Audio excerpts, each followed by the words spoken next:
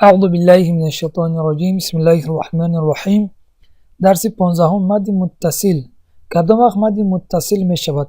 حرف مد آمده، بعد آن سبب مد همزه آمده، دویش در یک کلمه آید، مد متصل می شود. یعنی کدام وقت میگه که مد متصل می شود؟ آن وقتی که حرف مد بیاید و بعد از حرف مد سبب مد، یعنی حرف همزه بیاید. حرف همزه که آمد و هر دویش در یک کلمه، یعنی هم مد و هم حرف همزه، یعنی مقصد هم حرف مد و هم حرف همزه در یک کلمه آید، آن وقت مد متصل می شود.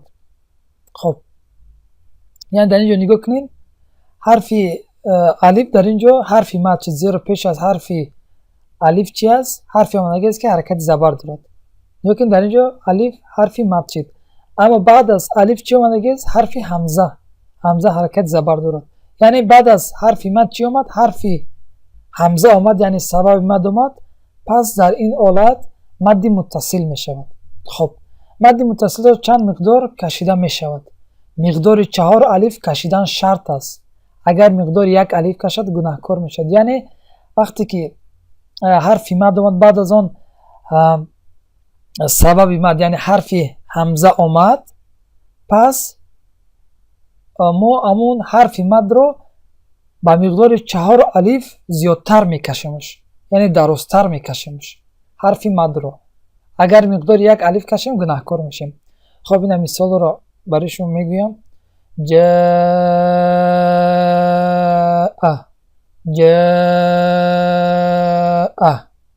دیدین؟ الف رو من زیادتر کشیدم، یعنی با مقدار 4 الف دیگر زیادتر کشیدمش. جاء. در اینجا مثالی واو.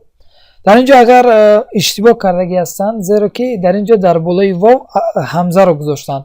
همین رو برای شما میخوام برای شما بگم که وقتی که همزه رو دیدن که در بالای الف بود، در بالای واو بود و در بالای یا، مقصد از مابینش، یعنی در بالاشون، اینه که در این طرف یا در این طرف، مقصد در مابینشون، در سرشون، در بالایشون که بود، اون وقت بدونه که این یا و این واو و این الف خوانده نمی شود، همزه خوانده می شود. در اینجا نگاه کنین، اشتباه کردن که همزه رو در بالای واو گذاشتن. در اینجا هم همین خیلی من شکل درستش رو در تجویز اینا برای شما الان نشان میدیم ان شاء الله.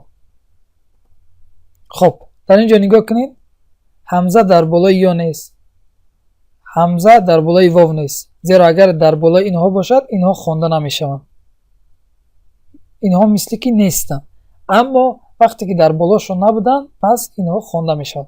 پس در اینجا چی؟ اینا مثال الف رو ما خواندیم که جاء. در اینجا حرف جیم حرکت زبر دارد، اما نمیدونم برای چی در اینجا نیست. در اینجا نگاه کنین، مثال حرف یا ساکن است، پیش از یا بودگی حرکت زیر دارد و بعد از یا چی است؟ حرف مد آمد، یعنی حرفی، یعنی معذرت میخوام، یعنی سبب مد آمد، حرف همزه.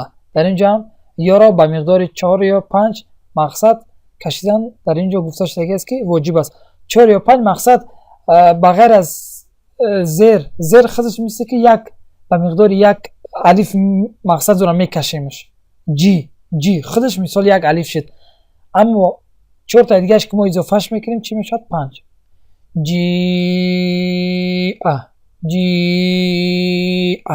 جیء.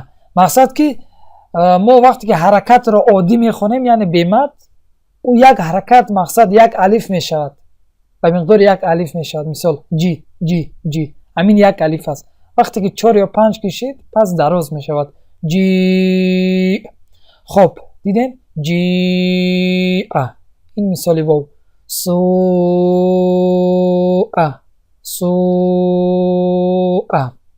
یعنی مد متصل چی بوده است؟ اون مدی که حرف مد بعد از، یعنی حرف مد بیاد و بعد از حرف مد سبب مد، یعنی حرف همزه آید و هر دویش در یک کلمه آید، اون وقت مد متصل میشد که مقصد او را به مقدار 4 یا 5 الف مقصد کشیدن واجب است، یعنی ما باید بکشیمش. انشالله امید دارم که درس را فهمیده باشه. جزاک الله خیر و بارک الله فیکم. السلام علیکم و رحمت الله و برکاته.